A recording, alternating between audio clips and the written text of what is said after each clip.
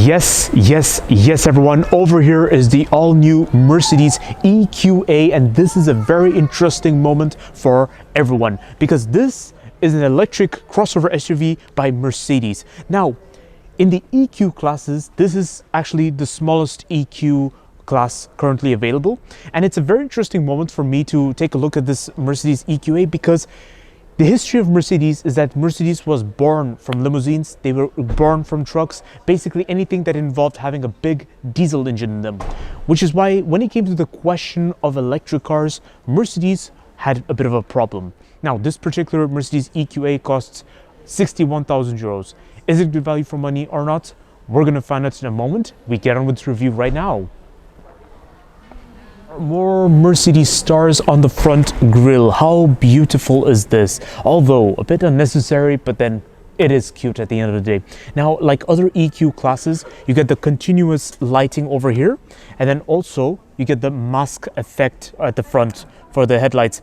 Now, one thing I really don't like is the fact that Mercedes has this conspicuous camera right here at the front, as if it was a bit of an afterthought, but it is fine. At least you get real air vents right there. Nothing pretentious, everyone. You do get blind spot monitoring, everyone. Now, all four doors have keyless entry, and thank goodness Mercedes for the EQA stuck to conventional door handles. How amazing is that? Because those pop-out door handles of traditional EQ classes, innovative, but at the same time quite problematic. Well, at least for me, I have to get used to them.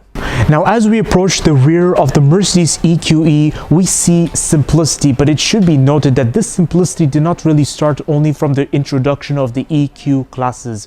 We saw Mercedes approach simplicity since the 2010s. Mercedes, why exactly do you have fake vents right here?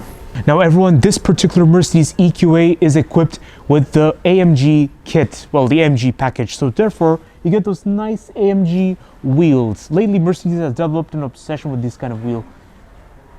Selective taste to me, but why not? Yes, everyone, the part which I was very much looking forward to, the interior of the Mercedes EQA. Alrighty, so the interior of the EQA is very interesting. Very different to what I've seen of other EQ classes and other recent Mercedes models. They don't have a massive touchscreen over here, and thank God for that, because I really was not a fan of Mercedes' move to abandon a swivel wheel in favor of a massive touchscreen, but then it is of selective taste, right? I like the way Mercedes approached it, at least, but I'm not entirely a fan of it. Now, for this interior, it resembles a lot what I've seen in the CLA class and also the A class for that matter. So it's very simple. You get this continuous tablet right here, well, continuous screen. All right, everyone, check this out. You get some nice graphics over here. So you just have to press the OK button right here. And you can even choose the color mode, but let's click on the home button actually. I think that's the button we have to press. And then you get to choose which mode you want. Classic, navigation. It's like a virtual cockpit even for your navigation. Wow. Let's check this out. Oh wow, this is so cool. This is my favorite feature, honestly. You know, I love navigation, right? And then let's stick to sport. Let's see what you get. It's like a tunnel effect. These are one of the new features you get for this Mercedes EQA. And most car manufacturers have abandoned physical buttons altogether. They shoved everything to the screen, to the touch screen. But Mercedes, for the CLA on the bright side, they've maintained physical buttons right here, nice and proud. And then also some extra controls right here. But then, on the other hand, the way they've approached it, leaving a really small screen, especially when you're looking at an electric car, it can be of selective taste. Me personally, I would have expected a bigger screen than that. But selective taste again. Now, moving to the rest of the interior, the steering wheel is nice. It's I get the feeling it's a bit too big, and then also it's too thick to hold on to, and this is the exact same problem with other AMG models. Well, Mercedes cars with the AMG package every time, and BMW also suffers the same problem. Whenever they give sporty steering wheels to their cars, they're so thick to hold on to. It's like mountain bike tires, but they're really squidgy, that's for sure. And then the nice AMG effect on the steering wheel, it's really good, but then at the same time, would you really choose AMG steering wheel for a car like this?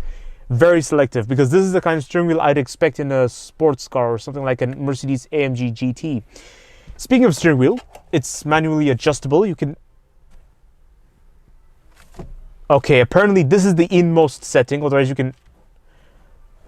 Oh, okay, yeah, you can pull it towards you. You can move it inwards like this, but this is the inmost setting. Up, down, in and out. Okay, it's just something I have to get used to. Seating adjustments are not electric, unfortunately, but... Okay.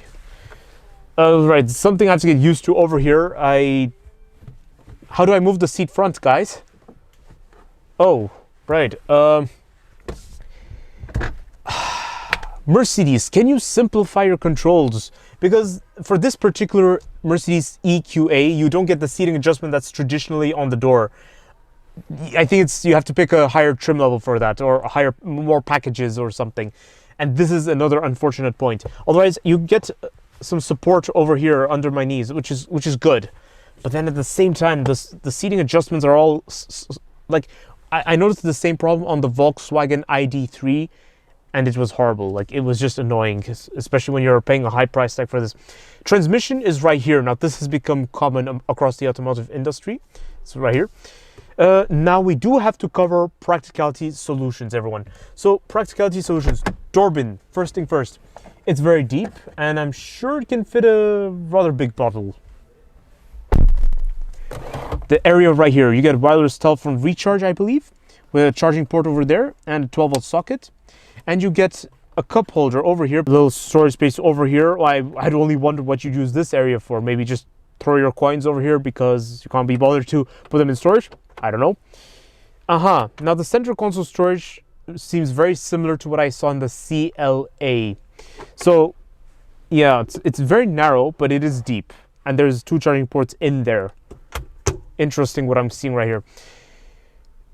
This is a bit confusing. I'm not sure if this is intended as a storage or if it was just there for the decoration. Anyways, the glove box. The glove box is deep, which is good. And there's an additional storage space right above. That's tidy. All right. And as for the seats, now given that this is an AMG package you get for the Mercedes EQA, the seats are not very, well, they don't have the sporty feel, but they have some sporty effects like the Alcantara in the middle and leather on the side and red stitching. Is AMG really worth it with the EQA? Selective taste, you all be the judge. It's time to check out the rear seats of the Mercedes EQA. All right, so first thing first, everybody. I get plentiful feet space, leg room, and my shin is very close to making contact with the driver's seat for some reason. My knee room is, well, it can depend on the seating adjustment of the driver and the front passenger. But just one thing to note is that behind the driver's seat, there's hard plastic. So if ever your knees make contact with the driver's seat, there can be problems. But otherwise, both back seats, they do get a pocket, which is very good.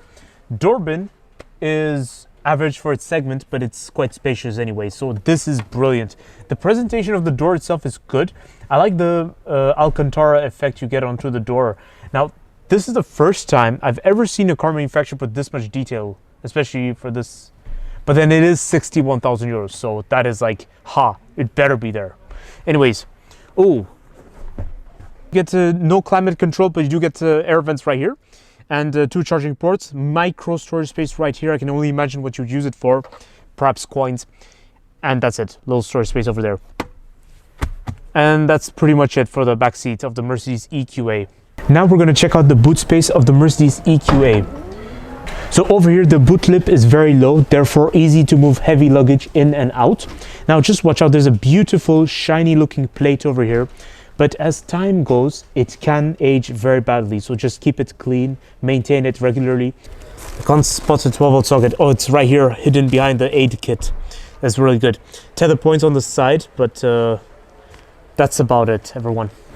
So here's my conclusion of the Mercedes EQA. My conclusion of the Mercedes EQA is that it has to be one of the most interesting competitors in the small crossover SUV segment, especially when we're talking about electric cars, competing probably against the likes of the Volvo EX30 and the Volkswagen ID3. Although this particular competitor is bigger than these two I've just mentioned. It kind of has something in common with the Smart #1, but then its price is very different to the Smart #1, which was 48,000 euros. Now, when it comes to the Mercedes EQA, it has a lot of promises, But then there's also some things that have to be remarked, everybody. For price of 61,000 euros, is this Mercedes EQA good value for money or not? I have to say that for a price of 61,000 euros, this Mercedes EQA is good value for money. It's an interesting company vehicle. It has a lot of ideal aspects in that regard. But then on the other hand, for what its price suggests, it does have some things missing, everybody, especially the seating adjustment. It was not electric. But on the other hand, I do see a lot of advantages. Mercedes did not exaggerate on the simplicity, unlike other competitors like Volvo and the Volkswagen Group. Mercedes stuck to who they were when it came to the EQA. They didn't have a big tablet, they didn't simplify a lot of aspects, they maintained the line of physical buttons, and this is something respectable. So when it comes to ease of driving, there is no compromise in this Mercedes EQA. It has a lot in common with conventional cars. In fact, it reminds me of what BMW did with the BMW i4. So don't forget to like, comment, and subscribe, and stay tuned for more videos that are on the run. I will see you all next time.